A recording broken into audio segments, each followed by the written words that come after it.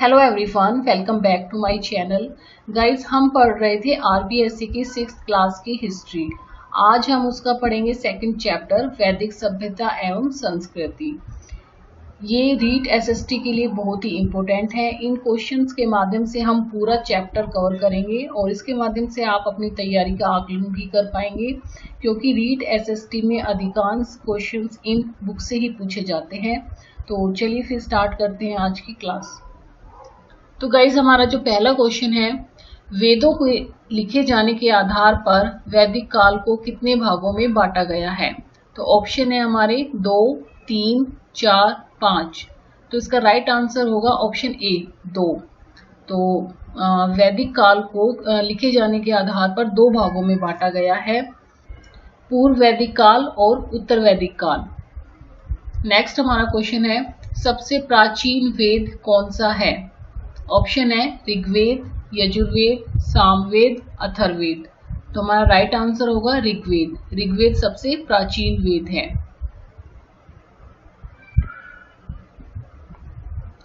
Next हमारा question है, गायत्री मंत्र का उल्लेख किस वेद में है? ऑप्शन है ऋग्वेद, यजुर्वेद, सामवेद, अथर्ववेद। तो इसका राइट आंसर होगा ऋग्वेद। ऋग्वेद में गायत्री मंत्र का उल्लेख किया गया है। नेक्स्ट क्वेश्चन है, निम्नलिखित में से वेदों का भाग नहीं है? ऑप्शन है संहिता, ब्राह्मण, उपनिषद या पुराण। तो इसका राइट आंसर होगा ऑप्शन डी, पुराण। पुराण जो है वो वेदों का भाग नहीं है, बाकी संहिता, ब्राह्मण, उपनिषद और आरण्यक भी वेदों का ही भाग है। बहुत ही इंपॉर्टेंट क्वेश्चन है ये। नेक्स्ट हमारा क्वेश्चन है, यजुर्वेद के संबंध में निम्नलिखित कथनों को ध्यान पूर्वक पढ़ते हुए सत्य कथन का चयन करें। ऑप्शन है, यह गद और पद दोनों में लिखा गया है, इसमें यज्ञ में प्रयुक्त होने वाले श्लोक और मंत्र है, यह ऋग्वेद के बाद में लिखा गया वेद है, या सभी कथन सत्य है। तो इसमें से हमें सत्य कथन का चयन करना है। तो जो इसका आंसर होगा वो होगा ऑप्शन डी, सभी कथन सत्य है, क्योंकि जो यजुर्वेद है वो एकमात्र वेद है जो गद और पद दोनों में है। और इसका जो इसमें लिखा गया है वो क्या है? यज्ञ में प्रयुक्त होने वाले श्लोक और मंत्र है, और ये ऋग्वेद के बाद लिखा गया था। तो तीनों ही कथन सत्य है। नेक्स्ट हमारा क्वेश्चन है, वेदों में आश्रम व्यवस्था का निर्धारण किया गया है। तो इसमें पूछा गया है कि किस आधार पर किया गया है वेदों में आश्रम व्यवस्था का निर्धारण। तो ऑप्शन है जन्म के आधार पर, आयु के आधार पर, कर्म के आधार पर, या इनमें से कोई नहीं। तो इसका राइट आंसर क्या होगा? जन्म के आधार पर। वेदों में आश्रम व्यवस्था का निर्धारण जन्म के आधार पर किया गया है। कैसे किया गया है वो हम आगे वाले क्वेश्चन में देखेंगे। नेक्स्ट हमारा क्वेश्चन है, सही सुमेलित कीजिए। ब्रह्मचर्य आश्रम 0 से 25 वर्ष, गृहस्थ आश्रम 25 से 50 वर्ष, वानप्रस्थ आश्रम 50 से 75 वर्ष और संन्यास आश्रम 75 से 100 वर्ष, या सभी सुमेलित है। तो इसमें से हमें सुमेलित बताना है। तो इसका राइट आंसर जो होगा गाइस वो होगा हमारा लास्ट ऑप्शन, सभी सुमेलित है, क्योंकि जो इसमें जो आयु के आधार पर जो आश्रम व्यवस्था का निर्धारण किया गया है तो वो इस प्रकार से किया गया है। नेक्स्ट हमारा क्वेश्चन है, आश्रम व्यवस्था में सबसे महत्वपूर्ण आश्रम था। तो हमसे पूछा गया है इस क्वेश्चन में कि जो सबसे महत्वपूर्ण आश्रम कौन सा था चारों आश्रम में से। तो इसका जो राइट आंसर होगा वो होगा गृहस्थ आश्रम, जो कि 25 से 50 वर्ष जिसकी आयु है। तो right answer is second option, गृहस्थ आश्रम। नेक्स्ट हमारा क्वेश्चन है, निम्न पर विचार कीजिए। सामवेद में मंत्र गाए जाते हैं, यह भारतीय संगीत का प्राचीनतम ग्रंथ है। अथर्ववेद का नाम अथर्व ऋषि के नाम पर पड़ा। अथर्ववेद में चिकित्सा विधि और रोगों से संबंधित ज्ञान संकलित है, या उपरोक्त सभी सत्य है। तो इसका जो राइट आंसर होगा गाइज वो होगा हमारा ऑप्शन 5, उपरोक्त सभी सत्य है, क्योंकि जो सामवेद है उसमें मंत्र गाए जाते हैं, और ये जो भारतीय संगीत का पहला और सबसे प्राचीनतम ग्रंथ है। संगीत का बताया गया है। अथर्ववेद के नाम पर ही अथर्व ऋषि के नाम पर ही अथर्ववेद का नाम अथर्ववेद पड़ा है और इसमें चिकित्सा विधि और रोगों से संबंधित ज्ञान संकलित है। तो इसका जो राइट आंसर होगा वो सभी सत्य है। नेक्स्ट हमारा क्वेश्चन है, निम्नलिखित में से असत्य कथन कौन सा है? ऑप्शन है, ऋग्वैदिक काल में वर्ण व्यवस्था जन्म पर आधारित थी, जबकि उत्तर वैदिक काल में कर्म पर आधारित थी। नेक्स्ट, वैदिक काल में समाज में स्त्रियों को महत्वपूर्ण स्थान प्राप्त नहीं था। इस काल में प्रदा प्रथा नहीं थी। वैदिक कालीन विदुषी स्त्रियां थी घोषा, अपाला, लोपामुद्रा। तो इसमें हमसे पूछा गया है कि असत्य कथन कौन सा है। तो जो पहला हमारा ऑप्शन है कि जो ऋग्वैदिक काल था उसमें वर्ण व्यवस्था जन्म पर आधारित थी, ये बिल्कुल सही है। पहले जन्म पर आधारित थी, उत्तर वैदिक काल में ये कर्म पर आधारित हो गई। और दूसरा ऑप्शन जो है, वैदिक काल में समाज में स्त्रियों को महत्वपूर्ण स्थान प्राप्त नहीं था। तो जो हमारा असत्य कथन है गाइस वो है ऑप्शन सेकंड, वैदिक काल में समाज में स्त्रियों को महत्वपूर्ण स्थान प्राप्त था। तो ये हमारा असत्य कथन हो गया। और इस काल में प्रदा प्रथा नहीं थी, तो ये बात सही है कि इस काल में प्रदा प्रथा नहीं थी। और वैदिक कालीन जो विदुषी महिलाएं हैं वो घोषा, पाला, लोपामुद्रा थी। इस काल में स्त्रियों को भी पुरुषों के बराबर शिक्षा दी जाती थी। तो जो इसका असत्य कथन है वो होगा ऑप्शन 2। नेक्स्ट हमारा क्वेश्चन है, सही सुमेलित कीजिए। तो यहाँ पर पूछा गया है कुटुंब, मुखिया, ग्राम, ग्रामीणी, विषपति, जन, राजन या सभी सुमेलित है।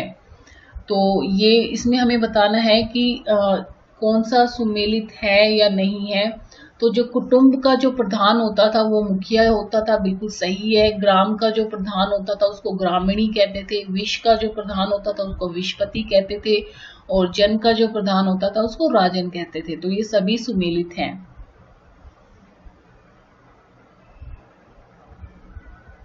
नेक्स्ट हमारा क्वेश्चन है, निम्नलिखित कथनों में से सत्य कथन बताएं। ऑप्शन है, वैदिक काल में राजा को सलाह देने के लिए सभा और समिति नामक 2 संस्थाएं होती थी।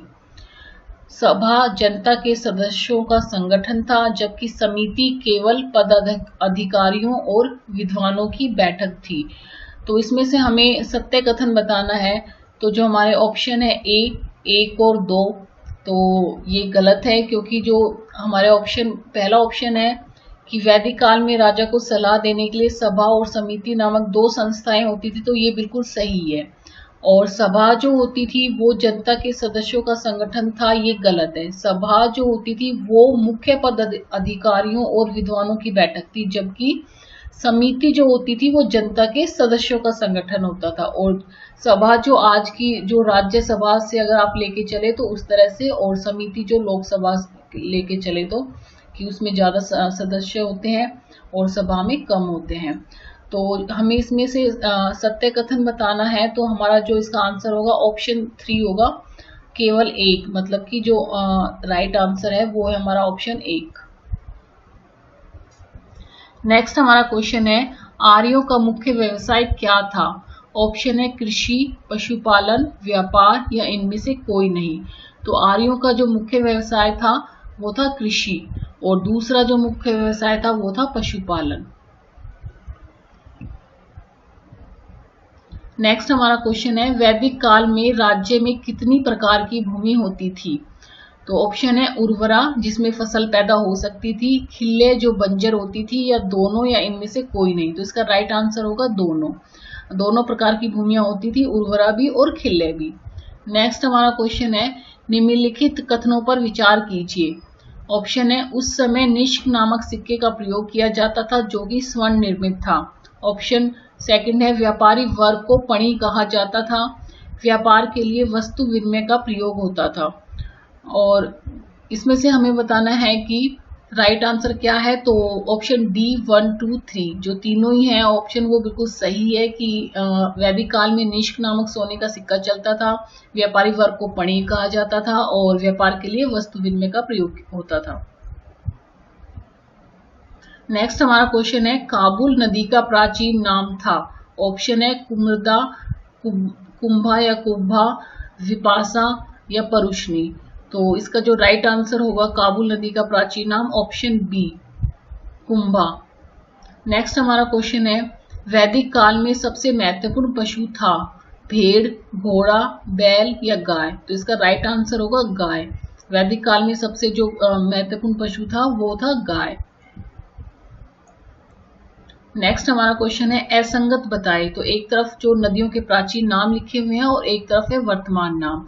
गोमती नदी, उसका जो वर्तमान नाम है वो गोमल, कुंभा, काबुल, सुवस्तु, स्वात, वितस्ता, चिनाब। तो हमें इसमें से असंगत बताना है।